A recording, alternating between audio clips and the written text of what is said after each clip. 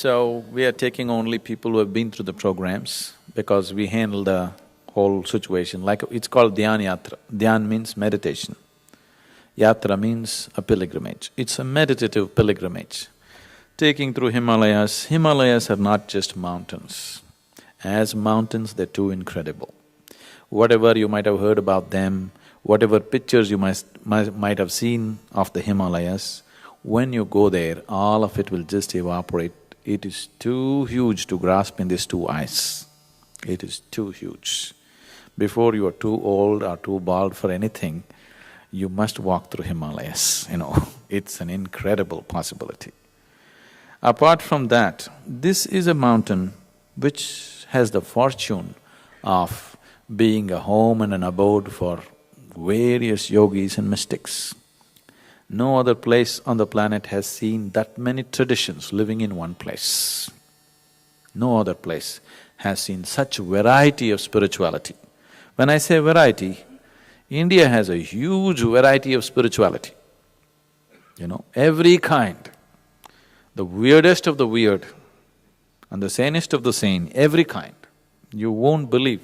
If I go about describing the various spiritual paths, you cannot believe it because in these cultures, anything other than what you're used to is a cult,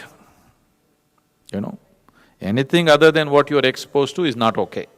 That's the kind of thing this has come. This is because I want you to understand, everywhere in the world, anything new means only persecution happened, isn't it? Anything new if a person does, he was stoned to death, he was crucified, terrible things were done to him, he was burnt on the stake, these are the kind of things that were done. India is the only culture which allowed this. If you're on the spiritual path, no matter what you're doing, there is no persecution. We don't understand what you're doing, okay, we don't want to come near you, but no persecution. Because of this, things grow, every kind. People just discovered various ways to reach their ultimate nature, any number, 1,000,000 different ways. So this mountain somehow became the abode for all those people. And these people are…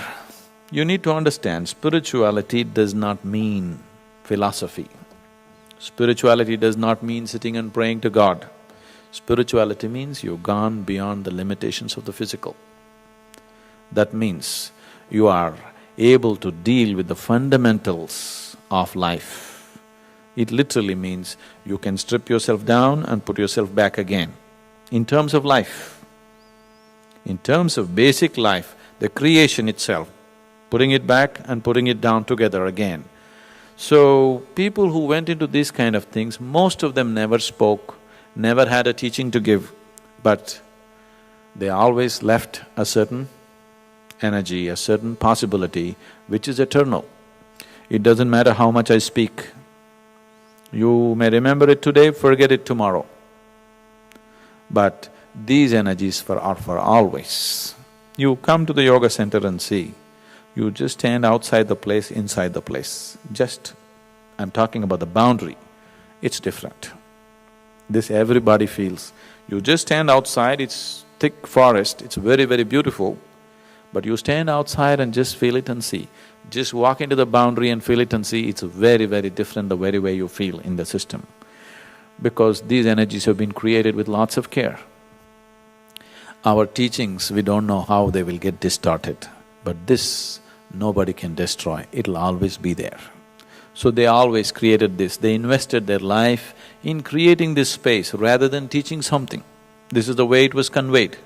Everything that you have to learn, if you become open, it's all there. Like there is internet, there is a whole yogic net. Everything that you wish to know is all there. It's up to you.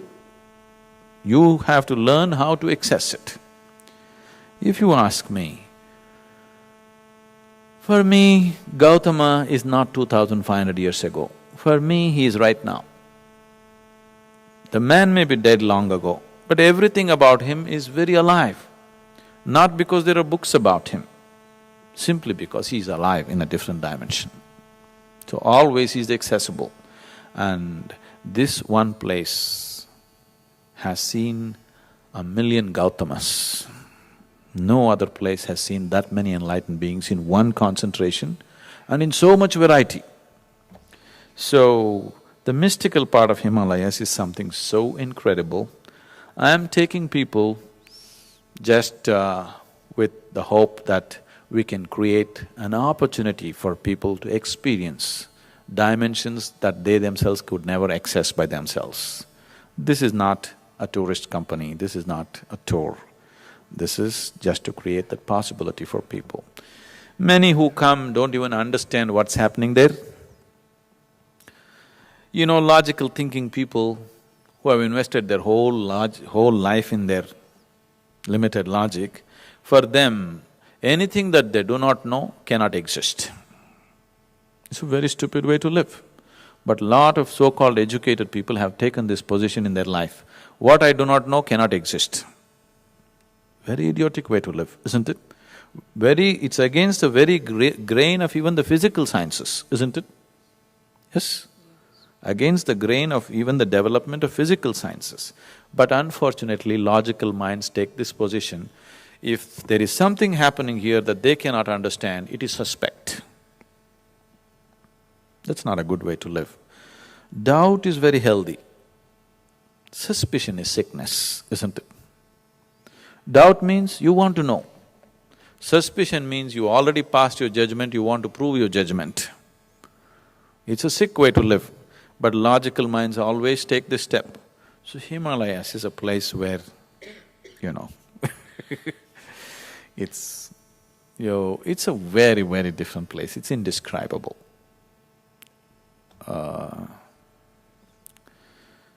I made many trips to Himalayas. Every time I think, okay, it's enough. Every year I've gone.